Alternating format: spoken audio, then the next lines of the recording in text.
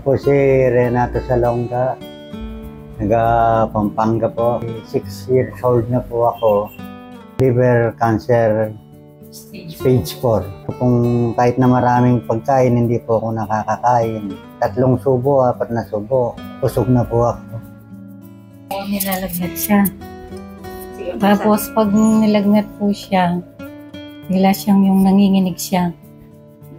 Tapos hindi siya makakain, nalalamot lagi, gano'n. Yun po, ang pinata-CT scan namin, yun na yung resulta daw po. Cancer stage 4 na lang po.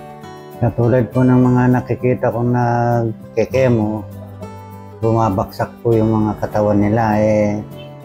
Kasi po nung nasa hospital ako, talagang baksak po yung katawan ko. Kaya hindi po pumayag ang mga kapatid ko na i-chemo nila ako.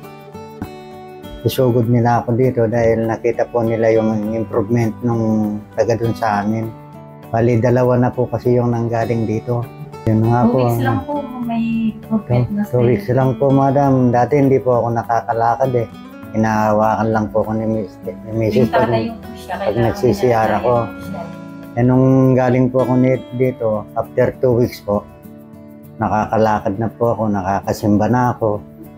Hanggang sa naramdaman ko po na ano. Niya po noon, madam, talagang every 2 weeks, tumatas yung timbang niya, tapos yung pagkain niya, lalo yung sa bukol niya po sa liver niya, 8 cm po dati, imagine niyo po hanggang ngayon, ano na lang siya, at maliit na nga lang daw po, tapos yung sa tubig sa baga niya, okay na, wala na, meron na.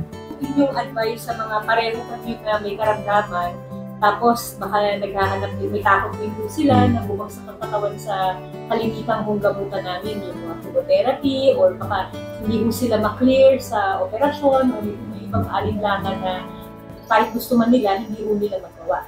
Ano yung advice? Ang advice ko po sa kanila, sana po tumulad sila sa amin.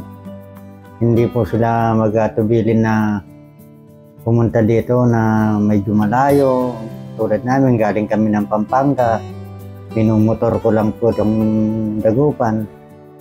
Kung kaya po na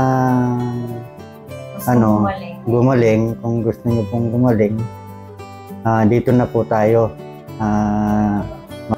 Kaya gusto ko kayong invite kung sakaling pareho man tayo ng kalagayan. Dito na tayo kay Dr. Ruben Nabato. May pag-asa pa.